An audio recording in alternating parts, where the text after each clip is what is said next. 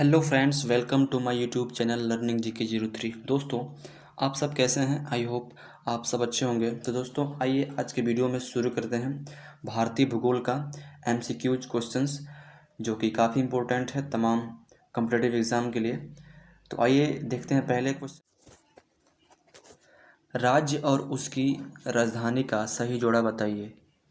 तो आपके सामने इसका ऑप्शंस है, आप ऑप्शंस को ध्यानपूर्वक पढ़िए और अपना आंसर देने का प्रयास कीजिए। इसका आंसर क्या होगा दोस्तों? इसका आंसर क्या हो जाएगा? Option B. ठीक है, ऑप्शन बी। यानी इस तरीके से, जैसे यहाँ पे राज्य है और उसकी राजधानी है, तो क्वेश्चन में क्या लिखा था? राज्य और उसकी राजधानी का सही जोड़ा। तो ऑप्शन बी में ही है, राज्य और उसकी राजधानी का सही जोड़ा। झारखंड राज्य है और उसकी राजधानी क्या है? तो रांची है। ठीक है, चलते हैं अपने अगले क्वेश्चन पे दोस्तों। हमारा नेक्स्ट क्वेश्चन है, भारत में 9 तटीय राज्य हैं, किंतु आधे से अधिक समुद्री नमक गुजरात के तट पर बनाया जाता है, क्योंकि? अब क्योंकि आपके सामने ऑप्शंस है, बताइए इसमें से कौन आंसर होगा? तो इसका आंसर क्या हो जाएगा? Option B. ठीक है, क्योंकि इसलिए बनाए जाते हैं क्योंकि कम वर्षा और अपेक्षित आर्द्रता समुद्री जल के वाष्पन द्वारा नमक के उत्पादन के लिए आदर्श है। क्योंकि वहाँ पे क्या होती है? कम वर्षा होती है और अपेक्षित वहाँ पे आर्द्रता होती है जिसकी ज़रूरत है। इसी के फलस्वरूप क्या होता है? वहाँ पे नमक का उत्पादन अधिक मात्रा में होता है। कहाँ? गुजरात के तट पर। ठीक है दोस्तों, आइए चलते हैं अपने नेक्स्ट क्वेश्चन पे। तो फ्रेंड्स, हमारा नेक्स्ट क्वेश्चन आपके सामने है, निम्नलिखित में से किस शहर को भारत का शून्य मील केंद्र के नाम से भी जाना जाता है?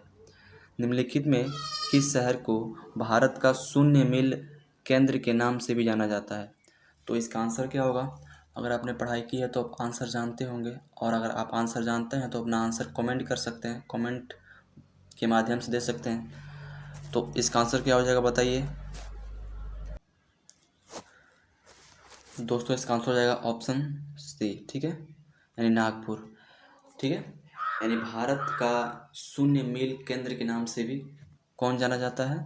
तो नागपुर जाना जाता है। नागपुर एक शहर है, ठीक है, जो कि महाराष्ट्र राज्य में स्थित है। महाराष्ट्र राज्य में स्थित है। चलते हैं नेक्स्ट क्वेश्चन पे। निम्नलिखित में से किस राज्य की भूमि भारत के पूर्वी और पश्चिमी तटों पर है? निम्नलिखित में से किस राज्य की भूमि भारत के पूर्वी और पश्चिमी तटों पर है? तो इनमें से बताइए, ऑप्शंस में आंसर क्या होगा? अगर आप आंसर जानते हो तो अपना आंसर कमेंट के माध्यम से हमारे पास भेज सकते हैं। तो इसका हो जाएगा आंसर ऑप्शन ए। ठीक है, तो जो पुदुचेरी जो रीजन है, क्षेत्र है, इसकी जो भूमि है ना, वो भारत के पूर्वी, अगर हम ऐसे बना दें यहाँ पे, ठीक है, तो यहाँ पूर्वी तट पर भी है और पश्चिमी तट पर भी है। ठीक है, यहाँ पे पुदुचेरी है तमिलनाडु में। ठीक है, तो यहाँ पे पूर्वी तट पर कई जगहों पर, जैसे आंध्र प्रदेश में यनम है, पुदुचेरी हो गया तमिलनाडु में, इसके नीचे एक और करिकाल करके है रीजन, तमिलनाडु में ही है। फिर अगर बात करें पश्चिमी तट पे, तो पश्चिमी तट पे केरल में महे रीजन है, जो किसका है? वो पांडिचेरी का ही सब क्षेत्र है। ठीक ना, जो कि इधर पूर्वी तट में भी है और इधर पश्चिमी तट में भी है। ठीक है, बात समझ रहे हैं? भारत के पूर्वी तट और पश्चिमी तट। ठीक है, आप इतना समझ गए होंगे। चलते हैं अपने अगले क्वेश्चन पे। आप इसके कंफर्मेशन के लिए आप भारत का मैप देख सकते हैं कि पांडिचेरी का रीजन पश्चिमी क्षेत्र में, पश्चिमी तट पे और पूर्वी तट पे कहाँ कहाँ है। ठीक है, इसके लिए आप भारत का मैप ध्यानपूर्वक गौर से देख सकते हैं। आइए चलते हैं अपने नेक्स्ट क्वेश्चन आपके सामने है, क्षेत्रफल की दृष्टि से भारत का सबसे बड़ा राज्य कौन है? क्षेत्रफल की दृष्टि से भारत का सबसे बड़ा राज्य कौन सा है? तो इन चारों ऑप्शंस को पढ़िए ध्यानपूर्वक और अपना आंसर दीजिए। ऑप्शन ए है महाराष्ट्र, ऑप्शन बी है मध्य प्रदेश, ऑप्शन सी है राजस्थान और ऑप्शन डी है तमिलनाडु। तो इसका आंसर क्या हो जाएगा? Option C. ठीक है, तो क्षेत्रफल की दृष्टि से भारत का सबसे बड़ा राज्य है राजस्थान। ठीक है, तो आइए इसको देख लेते हैं एक बार अच्छे से, कितना क्षेत्रफल इसका। तो दोस्तों, क्षेत्रफल की दृष्टि से भारत का सबसे बड़ा राज्य राजस्थान है। इसका क्षेत्रफल 3,42,239 वर्ग किलोमीटर है। ठीक है, इसके बाद क्रमशः मध्य प्रदेश तथा महाराष्ट्र और उसके बाद उत्तर प्रदेश का स्थान आता है। यानी अगर बात करें राज्यों के क्षेत्रफल के बारे में सबसे अधिक से कम की तरफ, तो पहले पे आता है राजस्थान, दूसरे पे आता है मध्य प्रदेश, तीसरे पे आता है महाराष्ट्र और चौथे पे आता है उत्तर प्रदेश। दोस्तों, तो इस सीक्वेंस को आप याद रखिएगा। ठीक है, चलते हैं नेक्स्ट पे। तो दोस्तों, हमारा नेक्स्ट क्वेश्चन आपके सामने है, भारत के किस राज्य के पास सबसे लंबी समुद्री तट है? तो इसका आंसर क्या होगा? अगर आपको आंसर पता है तो अपना आंसर कमेंट कर सकते हैं। तो इसका आंसर हो जाएगा ऑप्शन बी। ठीक है, यानी गुजरात राज्य के बाद सबसे लंबी समुद्री तट है। ठीक है, आइए इसके बारे में कुछ जान लेते हैं इम्पोर्टेंट तथ्य को। दोस्तों, भारत के गुजरात राज्य की समुद्री तटीय सीमा सर्वाधिक लंबी है। ठीक है, याद कर लीजिएगा। इसकी तटीय सीमा 1214.70 किलोमीटर लंबी है, यानी 1214 किलोमीटर लंबी है। इसके बाद यानी गुजरात के बाद किसका स्थान आता है सर्वाधिक तटीय लंबाई में? तो गुजरात के बाद आता है स्थान आंध्र प्रदेश का, जिसकी लंबाई 973.7 किलोमीटर है। उसके बाद आता है स्थान तमिलनाडु का, जिसकी लंबाई 906.9 किलोमीटर है। उसके बाद आता है स्थान महाराष्ट्र का, जिसकी लंबाई तट की 652.6 किलोमीटर है। ठीक है, तो इस प्रकार से ये पूरा राज्यों का सीक्वेंस हुआ। अगर बात करें हम एक सीक्वेंस की, तो पहले पे आता है गुजरात, दूसरे पे आता है आंध्र प्रदेश, तीसरे पे आता है कौन? तमिलनाडु, चौथे पे आता है महाराष्ट्र। तो इस प्रकार से सर्वाधिक तटीय लंबाई के क्रम अगर देखें तो सबसे अधिक जो सर्वाधिक तटीय लंबाई है गुजरात की है, उसके बाद आंध्र प्रदेश की है, उसके बाद तमिलनाडु की है, फिर महाराष्ट्र की है। ठीक है, ऐसे कुल 9 तटीय राज्य हैं भारत के।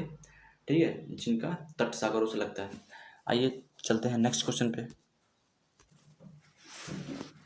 दोस्तों, कह रहा है क्वेश्चन, भारत की तट रेखा है, मतलब भारत की तट रेखा की लंबाई कितनी है? तो आपके सामने लिखा गया है, ऑप्शन ए में है 5500 किलोमीटर, ऑप्शन बी में है 6500 किलोमीटर, ऑप्शन सी में है 7500 किलोमीटर, ऑप्शन डी में है 8400 किलोमीटर। तो आंसर क्या होगा? आपका आंसर बताइए अगर पता हो तो इसका आंसर क्या हो जाएगा? Option C 7500 kilometre. ठीक है, बहरहाल इसकी जो एग्जैक्ट लंबाई है भारत की तट की वो कितनी है?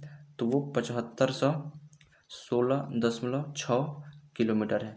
ठीक है, ये कुल जितने भारत के सागरों में जो क्षेत्र हैं उसकी टेरिटरी हैं, जैसे कई सारे वहाँ पे देखेंगे तो केंद्र शासित प्रदेश भी हैं। ठीक है, और भारत की जो मुख्य भूमि की तटरेखा है, जैसे यहाँ पे देख लेते हैं। ठीक है, ये मुख्य भूमि की तट की लंबाई, ये पूरा ईस्ट से लेकर वेस्ट तक पूरा मुख्य भूमि है ये, इसकी तट की लंबाई, और प्लस जितने टेरिटरी हैं, जैसे बंगाल की खाड़ी में अंडमान निकोबार है, और वेस्ट देखा जाए इधर वेस्ट में तो अरब सागर में क्या है? लक्षद्वीप है। तो इन सभी तट की लंबाइयों को भी मिला के कुल मिला जुला के हमारा भारत की तट रेखा कितनी होती है? तो 7516.6 किलोमीटर होती है। अगर सिर्फ बात करें कि भारत के सिर्फ मुख्य भूमि की, जितना ये मुख्य भूमि है भारत की, इसकी सिर्फ मुख्य भूमि की अगर पूछे लंबाई तट की, तो कितनी है? लगभग 6100 किलोमीटर। कितना है? 6100 किलोमीटर लगभग। ठीक है, तो आइए चलते हैं अपने नेक्स्ट क्वेश्चन पे। तो दोस्तों, हमारा नेक्स्ट क्वेश्चन आपके सामने है, लक्षद्वीप द्वीप समूह कहाँ स्थित है? क्वेश्चन है, लक्षद्वीप द्वीप समूह कहाँ स्थित है? तो आपके सामने इसका ऑप्शन है, ध्यानपूर्वक ऑप्शन पढ़िए और अपना आंसर देने का प्रयास कीजिए। तो इसका आंसर हो जाएगा ऑप्शन ए। ठीक है, ए नहीं सॉरी सी, अरब सागर में। ठीक ना, लक्षद्वीप जो द्वीप समूह है वो अरब सागर में स्थित है। ठीक है, लक्षद्वीप क्या है? हमारा एक संघराज्य क्षेत्र है, यानी केंद्र शासित प्रदेश है, और ये सबसे छोटा है। क्या है? ये सबसे छोटा संघराज्य क्षेत्र है। इसकी जो क्षेत्रफल है दोस्तों इसकी राजधानी का नाम क्या है? तो इसकी राजधानी का नाम है कवरत्ती। क्या नाम है? कवरत्ती। ठीक है, इतना समझ गया। चलते हैं अपने अगले क्वेश्चन पे। दोस्तों लक्षद्वीप में कितने द्वीप समूह हैं? बताइए, लक्षद्वीप में कितने द्वीप समूह हैं? तो आप चाहें तो वीडियो रोक करके ऑप्शंस पढ़ के ध्यानपूर्वक और अपना आंसर पहले ही तैयार कर सकते हैं। तो इसका आंसर क्या हो जाएगा? Option C 36। ठीक है, तो लक्षद्वीप में कुल मोटे तौर पर कितने हैं? 36 द्वीप हैं। ठीक है, जो इम्पोर्टेंट है इसको आप ध्यान रखिएगा। दोस्तों आइए कुछ जान लेते हैं इसके बारे में, हालांकि कुछ दिया नहीं है। चलते हैं नेक्स्ट क्वेश्चन पे। दोस्तों अंडमान द्वीप समूह और निकोबार द्वीप समूह निम्नलिखित में से किसके द्वारा एक दूसरे से अलग किए गए हैं? फिर पढ़ता हूँ क्वेश्चन को। अंडमान द्वीप समूह और निकोबार द्वीप समूह निम्नलिखित में से किसके द्वारा एक दूसरे से अलग किए गए हैं? तो इन चारों ऑप्शंस में से पढ़िए ध्यानपूर्वक और अपना आंसर देने का प्रयास कीजिए। तो इसका आंसर हो जाएगा ऑप्शन ए। ठीक है, ऑप्शन ए 10 डिग्री चैनल द्वारा। ठीक ना, तो जो आप देखते हैं बंगाल की खाड़ी में, ये भारत हो गया, ये बंगाल की खाड़ी हो गई। ठीक है, इसी में ऐसे नॉर्थ टू साउथ फैले हैं, फैला है हमारा एक संघराज क्षेत्र। ठीक है, यूटीज फैला है जिसका नाम क्या है? अंडमान निकोबार द्वीप समूह। ठीक है, तो ऊपरी हिस्से को अंडमान बोलते हैं और निचले हिस्से को निकोबार बोलते हैं। ये दोनों यहाँ पे एक 10 डिग्री अंश 10 डिग्री चैनल से अलग हुआ है यहाँ पे। ठीक है, वो 10 डिग्री चैनल कुछ और नहीं है, वो 10 डिग्री लैटिट्यूड है, 10 डिग्री अक्षांश है, उसको बोलते हैं। ठीक है, तो आप समझ गए होंगे कि अंडमान द्वीप समूह और निकोबार द्वीप समूह, ठीक है, वो एक दूसरे से 10 डिग्री चैनल द्वारा बटा है। ठीक है, आप समझ गए होंगे इसको। अंडमान द्वीप समूह ऊपर है, ठीक है, और निकोबार उसके नीचे है ना। अगर बात करें कि अंडमान निकोबार में सबसे दक्षिणतम बिंदु कौन है, तो ग्रेट निकोबार है दोस्तों। ठीक है, अगर बात करें भारत का सबसे दक्षिणतम बिंदु का नाम क्या है, तो वो इसका नाम इंदिरा पॉइंट है, जो कि ग्रेट निकोबार के थोड़ा सा नीचे है। ठीक है, चलते हैं अपने अगले क्वेश्चन पे। दोस्तों हमारा नेक्स्ट क्वेश्चन आपके सामने है। अंडमान निकोबार में अंडमान निकोबार द्वीप में गद्दीदार चोटी यानी सैंडल पीक कहाँ स्थित है? तो बताइए इसका आंसर क्या होगा? तो हो जाएगा इसका आंसर ऑप्शन डी, उत्तरी अंडमान में। कहाँ है? उत्तरी अंडमान में। यानी जो सैंडल पीक है, सैंडल पीक अंडमान निकोबार द्वीप समूह की सबसे ऊंची चोटी का नाम है, सबसे ऊंची पर्वत चोटी का नाम है सैंडल पीक। अंडमान निकोबार द्वीप समूह में सबसे ऊंची जो पर्वत चोटी है उसका नाम क्या है? तो उत्तरी अंडमान में है, उसका नाम है सैंडल पीक। ठीक है, तो ये आप समझ गए। चलते हैं नेक्स्ट क्वेश्चन पे। दोस्तों हमारा नेक्स्ट क्वेश्चन आपके सामने है। पश्चिम बंगाल की सीमाएं कितने देशों के साथ लगती हैं? क्वेश्चन है पश्चिम बंगाल की सीमाएं कितने देशों के साथ लगती हैं? तो इसका आंसर क्या होगा बताइए। अगर आप आंसर जानते हो तो अपना आंसर कमेंट कर सकते हैं। तो कितने देशों के साथ पश्चिम बंगाल की सीमाएं लगती हैं बताइए। तो हो जाएगा आंसर है इसका क्या? ऑप्शन सी, यानी 3 देशों के साथ लगती हैं पश्चिम बंगाल की सीमाएं। अगर हम देख लें फिजिकली अपनी आंखों से कि कौन कौन वो देश हैं जिनसे लगती है। ठीक है, तो ऐसे अगर आए हम, सॉरी दोस्तों, अगर हम मैप बनाए ऐसे, ठीक है, तो ये सिक्किम हो गया, ऐसे चले ऐसे पूरा ये नॉर्थ ईस्ट हो गया। ठीक है, ऐसे करके ऐसे। ठीक है, तो यहाँ पे तो बिहार है, ऐसे करके बिहार यहाँ पे है ना।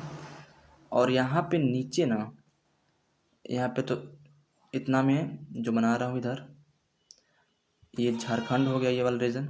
और इतना में जो है ये वाला जो रीजन है, ये वाला, ये पश्चिम बंगाल है। ठीक है, और इसके बगल में इधर पूरब ये बांग्लादेश है। ठीक है, तो ये पश्चिम बंगाल जो है ना ये वाला, इसका रीजन यहाँ पे टच होता है भूटान से, जो मैं ये क्रॉस कर रहा हूँ बार बार, यहाँ पे टच होता है भूटान से, जो कि यहाँ भूटान कंट्री है। और यहाँ पे टच होता है नेपाल से, क्योंकि यहाँ पे नेपाल कंट्री है। ठीक है, समझ रहे हैं। और नीचे यहाँ पे पूरब में टच होता है बांग्लादेश से। आप समझ गए। तो पश्चिम बंगाल की जो सीमाएं हैं वो 3 देशों से लगती हैं, कौन कौन, तो बांग्लादेश, इधर उत्तर में 2 कंट्री हैं, कौन, तो भूटान से लगती हैं और नेपाल से, यानी बांग्लादेश, भूटान, नेपाल, ये 3 देशों से क्या होती हैं, पश्चिम बंगाल की सीमाएं साझा होती हैं। दोस्तों चलते हैं अपने अगले क्वेश्चन पे। तो फ्रेंड्स हमारा नेक्स्ट क्वेश्चन आपके सामने है, आंध्र प्रदेश और तमिलनाडु के तटीय भूभाग को क्या कहते हैं। तो आपके सामने इसका ऑप्शंस है, ऑप्शंस को ध्यानपूर्वक पढ़िए और अपना आंसर देने का प्रयास कीजिए।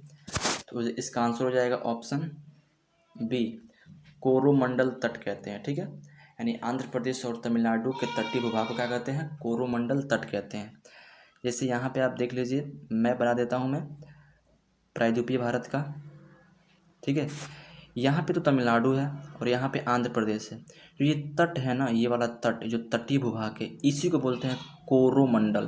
क्या बोलते हैं, इस तटीय भाग को क्या बोलते हैं, यहाँ पे तमिलनाडु और आंध्र प्रदेश के जो तटीय भाग है, इस तटीय भाग को क्या बोलते हैं, कोरोमंडल तट बोलते हैं। ठीक है, अगर हम बात करें अगर पश्चिम में, तो यार जो केरल और थोड़ा सा कर्नाटका का जो क्षेत्र है, रीजन है, तटीय भाग है, केरल और कर्नाटका का थोड़ा सा, कर्नाटका का और बाकी केरल का, जिसको बोलते हैं मालाबार तट। ठीक है दोस्तों, केरल के तट को क्या कहते हैं, केरल के तट को क्या कहते हैं, इसको मैंने अभी बताया पिछले क्वेश्चन में। तो इसको हो जाएगा आंसर ऑप्शन बी, मालाबार तट। क्या कहते हैं, केरल के तट को, और कुछ थोड़ा सा ऊपरी हिस्सा होता है वो कर्नाटका का। ठीक है, तो इसको क्या बोलते हैं, मालाबार तट बोलते हैं। आप समझ गए इसको, केरल के तट को क्या बोलते हैं, तो मालाबार तट बोलते हैं। ठीक है, ये कोरोमंडल तट किसको बोलते हैं, तो तमिलनाडु और आंध्र प्रदेश का जो क्षेत्र है उसके तट को क्या बोलते हैं, तो कोरोमंडल तट बोलते हैं। ठीक है,